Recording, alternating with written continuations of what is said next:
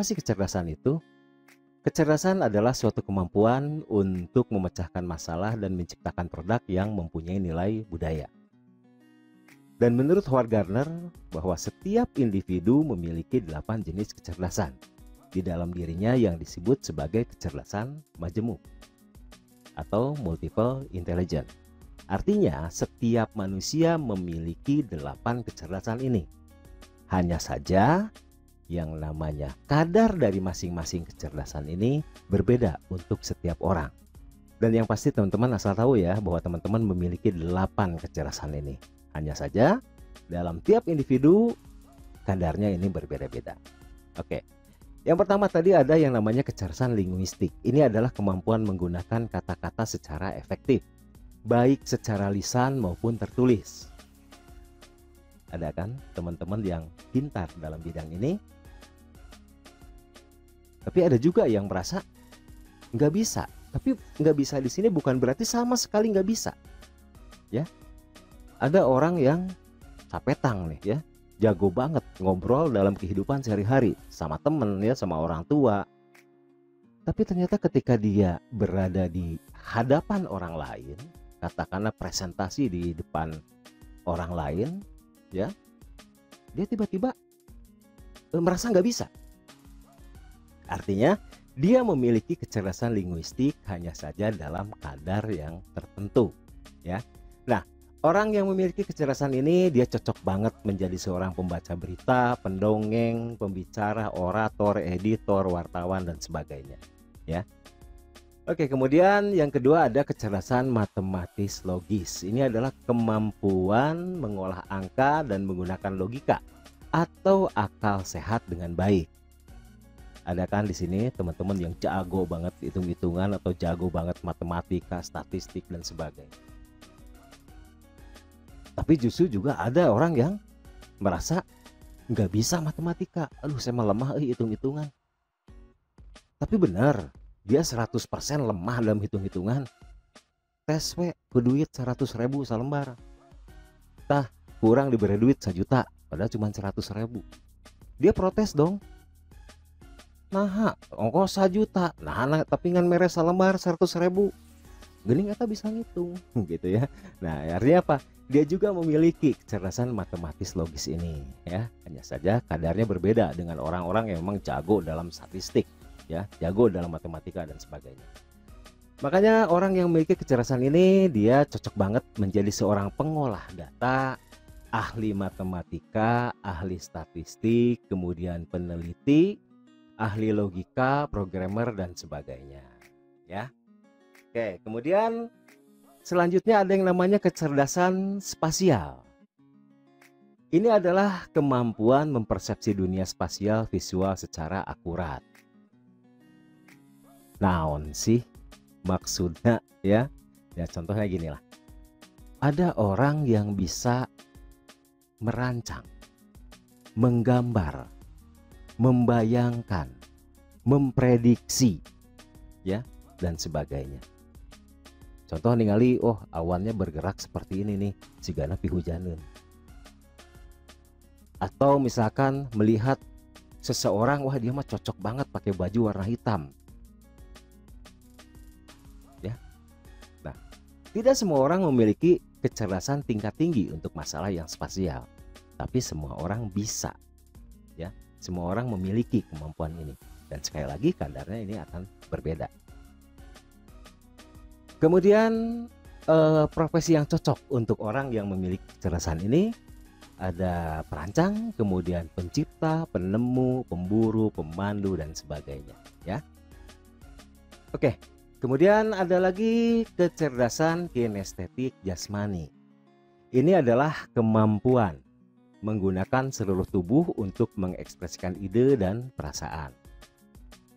Ya, ada orang jago olahraga. Ada orang yang merasa nggak bisa olahraga. Kemudian ada orang yang bisa nari. Ada juga orang yang nggak bisa nari.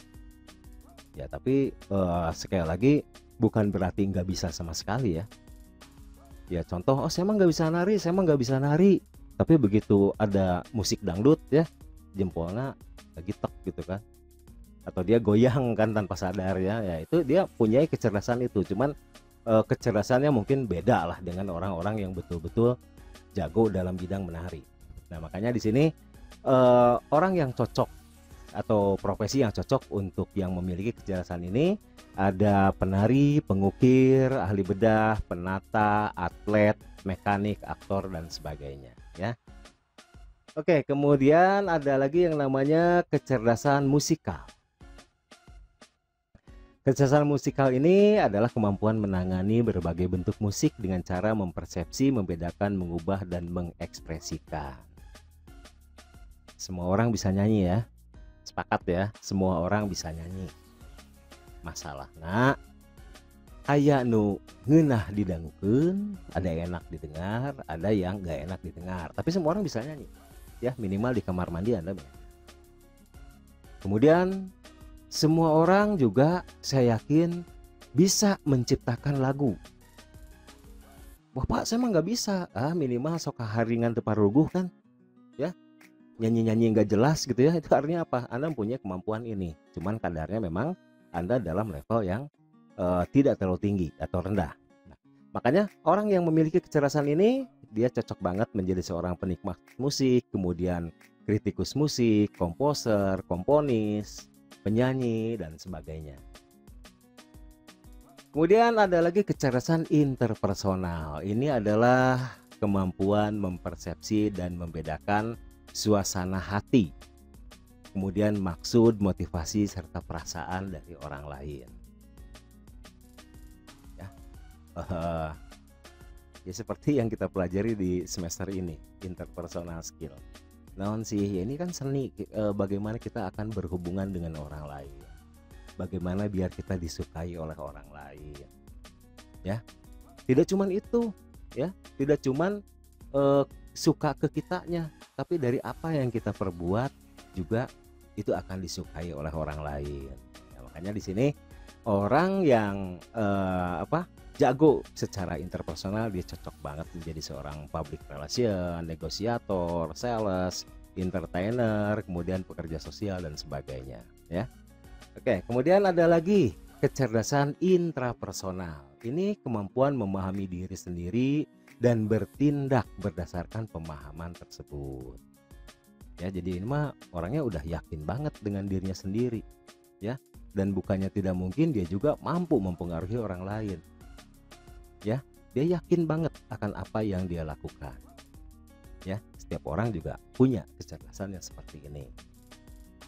Oke, yang memiliki kecerdasan seperti ini dia cocok banget menjadi seorang filsuf ya, secara lebih jauh ya, lebih dalam ya. Kemudian seorang peneliti, psikolog, perenung dan sebagainya. Kemudian ada lagi kecerdasan naturalis. Ini adalah keahlian mengenali dan mengkategorikan spesies, flora, fauna di lingkungan sekitar. Ada orang yang suka burung. Saya nggak ngerti masalah burung.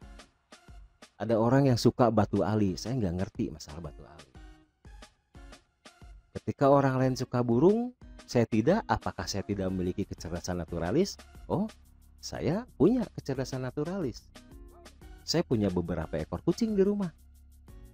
Ya, saya rawat mereka dari kecil sampai besar, sampai masing-masing sudah punya keluarga. Ya, ketika orang suka batu ali, saya tidak. Tapi saya, ya minimal saya punya lah beberapa puluh tabu lampot, kemudian tanaman hias, ya, dan saya menatanya di halaman rumah saya. Alhamdulillah, bagus-bagus, sehat-sehat. Ya, artinya setiap orang punya kecerdasan naturalis. Hanya saja bidangnya beda. Ya, skupnya beda dan levelnya pun juga beda. Oke, jadi itulah 8 kecerdasan yang dimiliki oleh teman-teman semua. Ya, ingat ya, semua orang memiliki 8 kecerdasan ini. Hanya saja ada orang yang betul-betul cerdas di dalam salah satu bidang, dan ada juga yang memang dia cerdasnya di bidang lain. Ingat ya, artinya bukan pintar dan bodoh, bukan cerdas dan bodoh, bukan ya. Hanya saja yang satu dia cerdas dalam satu bidang, dan yang lainnya cerdas di bidang yang lain. Dalam multiple intelligence ini adalah upaya menghargai individu sebagai pribadi yang unik, di mana satu dan lainnya berbeda dalam minat dan kecerdasannya. Ya, tidak usah menghujat orang lain yang tidak bisa menguasai salah satu ilmu. Kemudian kita mengkotakannya bodoh maneh mah, enggak ada itu, enggak ada bodoh. Ya, dalam teori kecerdasan tidak ada istilah bodoh. Ya, hanya istilahnya adalah bahwa dia tidak bisa atau dia kurang baik dalam kecerdasan ini, tapi dia memiliki kemampuan dalam kecerdasan yang lain. Itu ya. Kan tim sepak bola juga nggak striker semua. Ada yang bertugas jadi penjaga gawang, ada yang jadi bek, ada yang jadi gelandang gitu kan. Coba kalau satu tim sepak bola itu isinya striker semua. Ya, gimana main bolanya? Kiper serenteng keharup gitu kan. Atau misalkan dalam satu grup band kan ada yang posisinya pemain drum, pemain gitar ya, ada vokalis ya, ada pemain bass. Kalau misalkan dalam satu band itu isinya vokalis semua ya bukan band namanya ya, rampak sekar itu namanya ya. Oke, itu ya teman-teman. Jadi dalam hal ini ketika kita menerapkan multiple intelligence berarti kita mengelola perbedaan individu sesuai dengan kecerdasan yang dimilikinya ya. Mungkin di antara teman-teman sekarang ada beberapa yang kurang menonjol, tapi jangan kita terburu-buru meng-underestimate, jangan terburu-buru kita mengklaim kalau dia itu bodoh, jangan dulu. Karena apa? Siapa tahu setelah lulus kuliah, potensi yang sebenarnya ini muncul. Ya, dan tiba-tiba dia akan lebih berhasil daripada kita. Ya, oke. Oke, esensinya sekarang kita masuk ke esensi dari multiple intelligence atau kecerdasan majemuk. Yang pertama, mari kita menghormati keunikan dari setiap orang. Kemudian adanya berbagai variasi cara belajar. Ya, cara orang belajar tuh beda ya. Kemudian tersedianya sejumlah model penilaian dan cara yang hampir tak terbatas untuk mengaktualisasikan diri. Ya, jadi silakan jadikan model-model kecerdasan ini sebagai sarana dari aktualisasi diri Anda.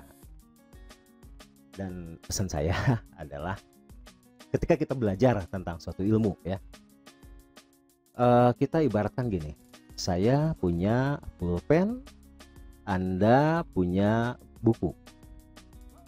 Ya, kalau dua materi itu yang Anda tonjolkan, ketika kita sama-sama akan saling bertukar, tukeran dong, aku pengen buku, kamu pengen pulpen kan, tukeran.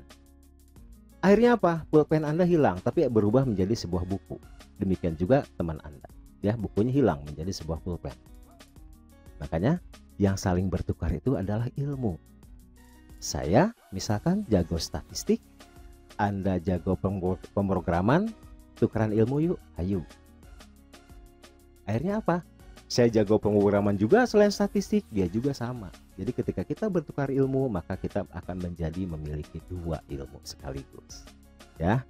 Kemudian bergaullah dengan orang-orang yang pintar, maka Anda akan kaseseret, jadi pintar oge. Bergaullah dengan orang-orang baik, Anda juga akan kaseseret, jadi baik oge. Tapi ini tidak berlaku untuk urusan ketampanan ya. Karena kalau Anda bergaul dengan orang-orang yang tampan, justru Anda akan terlihat lebih jelek. Oke, gitu ya. Kita ketemu lagi di sesi selanjutnya.